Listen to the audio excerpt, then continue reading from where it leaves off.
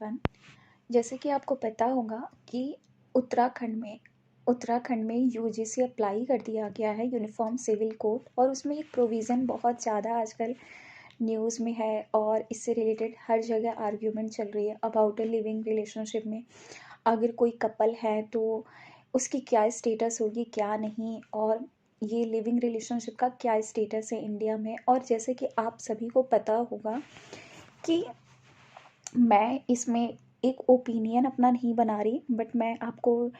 Supreme court की एक judgement के बारे में बताऊंगी। Pramod Suryabhan Pawar versus state of Maharashtra 2019। इसमें सुप्रीम कोर्ट ने सबसे पहले ये देखा था, इसमें दो ऑब्वियस सी बात है कपल होंगे, इसमें गर्लफ्रेंड बॉयफ्रेंड ही होते हैं, है ना। तो couple in love with each other, जैसे कि यूजुअली होता है, ऐसा मैं हर एक केसेस में नहीं बोलूँगी। तो इस केस में क्या होता है कि कपल जो होते हैं वो लव इन रिलेशनशिप में होते हैं, और ड्यूरिंग सच रिलेशनशिप उनके बीच कुछ सेक्सुअल रिलेशनशिप भी होता है, जिसके बाद क्या होता है, दोनों पार्टनर्स में से किसी एक पार्टनर को ये रियलाइज़ होता है कि दोनों एक दूसरे के दोनों के वैल्यूज़ एंड दोनों की लाइफस्टाइल कुछ हद तक एक जैसी नहीं है। तो उनमें से एक पार्टनर ने, इसमें जो एक्यूज्ड पर्सन होता है, वो डिनाई कर देता है कि हम इस रिलेशनशिप को कंटिन्यू नहीं करेंगे। इस केस की फैक्ट्स थी। ये तो आपको क्लियर हो गया। तो इसमें इसमें जो गर्ल होती है उसने केस फाइल किया एक्यूज पर्सन के अगेंस्ट, जो ऑब्वियस सी बात है जो लड़का होता है उसके against, under section 375 regarding the rape.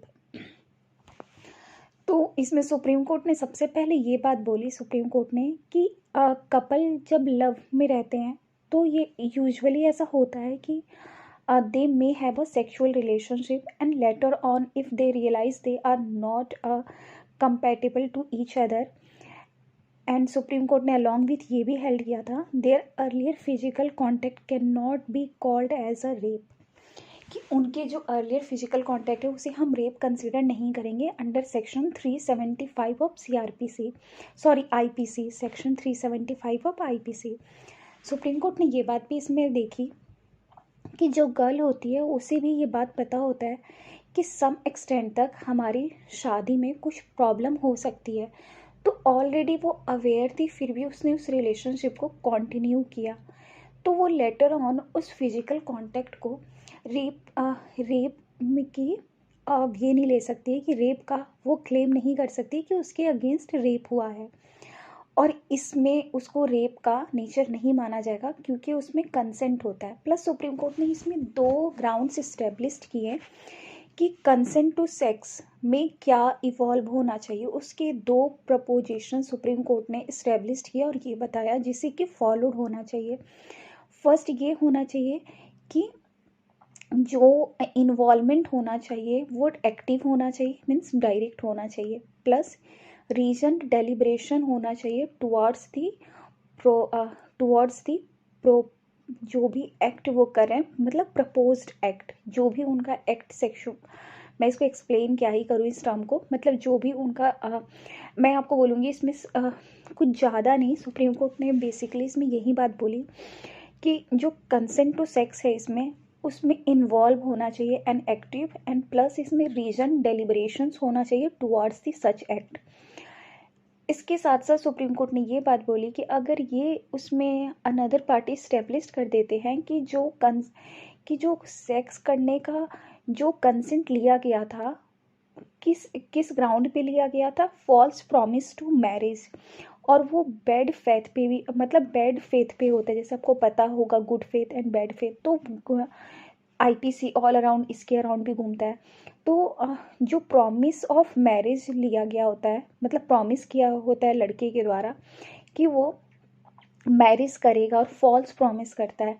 Then उसमें ये इंटेंशन हम ले सकते हैं कि वो एक इंटेंशन था जो कि कंसेंट मिसकॉन्सेप्शन में था एंड फॉल्स प्रॉमिस भी था। एंड देन जो गर्ल है उसने अगर डिसाइड किया हो कि वो इंगेज होगी from this to engage in a sexual act, then उसे कंसिडर किया जाएगा रेप। अदरवाइज यूजुअली जो कपल्स होते हैं, अगर वो सेक्सुअल रिलेशनशिप में आते हैं एंड लेटर ऑन रियलाइज़ करते हैं कि उन दोनों में कुछ इशू है, वो एक दूसरे से, जैसे कि होता भी है कॉमनली, ब्रेकअप एंड ऑल हो जाते हैं, तो वहाँ पे आप उसे रेप का क्लेम नहीं कर सकते हैं under section 375 of IPC. And court ने ये बात भी स्टैब्लिश की थी कि जो अर्लियर फिजिकल कांटेक्ट होता है उसे हम रेप कंसिडर नहीं करेंगे। और कोर्ट ने ये बात भी बता दी कि अगर जो कंसेंट अगर गर्ल ने दिया है उसकी 2 क्राइटेरिया अगर इस्टेब्लिश कर दिए जाए कि वो फॉल्स प्रॉमिस किया हो मैरिज के लिए, और उस फॉल्स प्रॉमिस की अगर फॉल्स प्रॉमिस कर दिया गया है और उस फॉल्स प्रॉमिस का डायरेक्ट नेक्सस होगा किसके साथ, कि वुमेन ने डिसाइड किया हो कि अगर वो इंगेज हो रही है सेक्सुअल एक्ट में इस कारण कि फॉल्स प्रॉमिस जिस लड़के ने दिया, और उस फॉल्स प्रॉमिस के बेस पे कि हाँ वो मुझसे शादी करेगा, एंड देन उस फॉल्स प्रॉमिस के कारण अगर वो सेक्सुअल एक्ट में अगर वो इन्वॉल्व होती है, और उस इन्वॉल्वमेंट में क्या होता है, डायरेक्ट नेक्सस होना चाहिए। डायरेक्ट नेक्सस किसके किसके बीच में होना चाहिए, फॉल्स प्रॉमिस टू मैरिज और और जो girls decision to engage in sexual act. I hope आपको ये समझ में आ गया हो कि हम हर एक केस में promise to breach of marriage को हम इसे रेप के लिए कंसिडर नहीं कर सकते हैं कि हम हर एक पर्सन नहीं, मतलब हर एक कपल एक दूसरे के अगेंस्ट केस फाइल कर रहे हैं कि हाँ हमारे अगेंस्ट रेप हुआ है। नहीं, इसमें सुप्रीम कोर्ट ने ये बात बता दी क्योंकि बेसिकली लिविंग रिलेशनशिप में बहुत होता है। तो ये मैंने इसलिए इसको समझाने का ट्राई किया कि अगर आपको कहीं भी अपना एक ओपिनियन देना हो लिव इन रिलेशनशिप से रिगार्डिंग, क्योंकि अभी बहुत इशू में है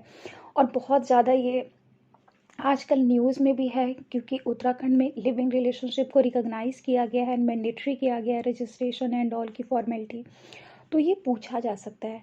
तो आप इसे Pramod Suryabhan versus state of Maharashtra 2019 के जजमेंट्स का आप रेफरेंस दे सकते हैं कि उसमें सुप्रीम कोर्ट ने कैसे कंसेंट टू सेक्स का 2 प्रपोजिशंस बताएं। अगर वो मिसकॉन्सेप्शन ऑफ द फैक्ट की बात होती है, अगर फॉल्स मैरिज की बात होती है, एंड देन फॉल्स मैरिज की बात होती है और फॉल्स प्रॉमिस किया जाता है पर्सन के द्वारा, एंड देन अगर वो जो गर्ल होती है वो फॉल्स प्रॉमिस की बेस पे वो अगर सेक्सुअल इंगेज होती है उस लड़के के साथ और इन दोनों के बीच में अगर डायरेक्ट नेक्सस होता है, देन हम उसे रेप कंसिडर करेंगे। अदरवाइज हर एक केस में हम रेप कंसिडर नहीं करेंगे, क्योंकि यूजुअली क्या होता है कि जब कोई लव में इन्वॉल्वमेंट होता है तो सेक्सुअल रिलेशनशिप हो जाती हैं। ये कोर्ट की ओपिनियन भी थी और ये कोर्ट ने ये बात बोली भी थी। आप एक बार जजमेंट्स को पढ़िएगा, इसके वर्ड्स को, तो आपको और क्लियरिटी मिलेगी। एंड आई होप इस जजमेंट के थ्रू आपको एक न्यू कॉन्सेप्ट पता चला हो, और इसके साथ साथ आप भी एक ओपिनियन अपना इस्टेब्लिश कर पाएँ जब भी आपके आसपास ऐसी डिस्कशन चल रही हो। Thank you so much.